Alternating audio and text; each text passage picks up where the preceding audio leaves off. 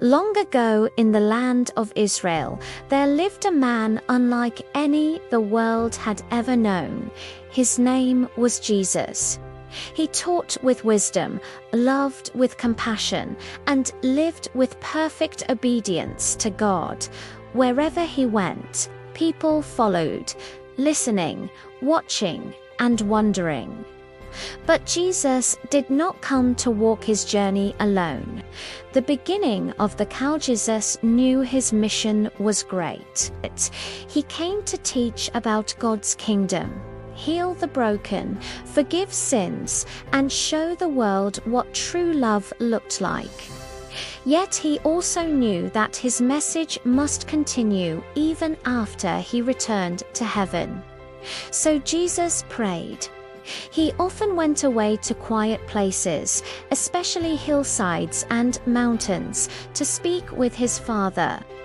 One such night, under the open sky, Jesus prayed for guidance. He prayed for wisdom to choose men who would walk closely with him, men who would learn, grow, and one day teach others.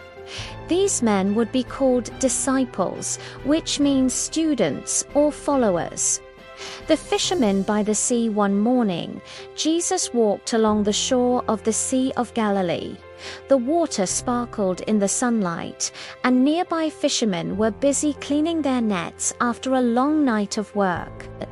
Among them were two brothers, Simon, also called Peter, and Andrew. They were ordinary fishermen, strong from years of work, but tired and discouraged. They had caught very little that night. Jesus stopped and looked at them with purpose. "Come," he said gently, "follow me, and I will make you fishers of men." The brothers looked at one another.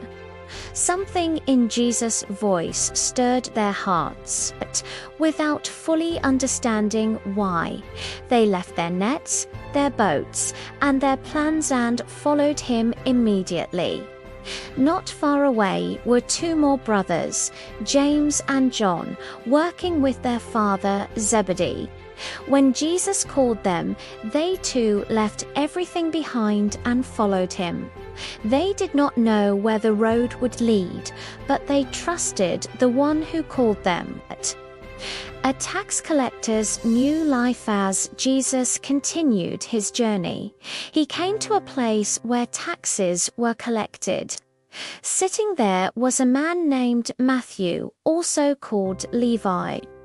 Tax collectors were disliked by many because they often worked for the Roman government and were known for dishonesty. People avoided Matthew, but Jesus did not. Jesus stopped, looked at Matthew, and said just two words, "Follow me." Matthew's heart pounded. No one had ever chosen him like this before. Without hesitation, he stood up, left his table, and followed Jesus. Later, Matthew invited Jesus to his home, where many other tax collectors and sinners gathered. Some religious leaders were upset and questioned Jesus.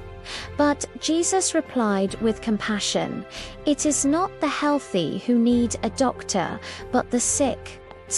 I have come to call sinners to repentance." The choosing of the 12 after, spending time teaching and healing, Jesus gathered his followers together. From among many he chose 12 men to be his closest disciplesmen. He would train deeply and send out to share God's truth.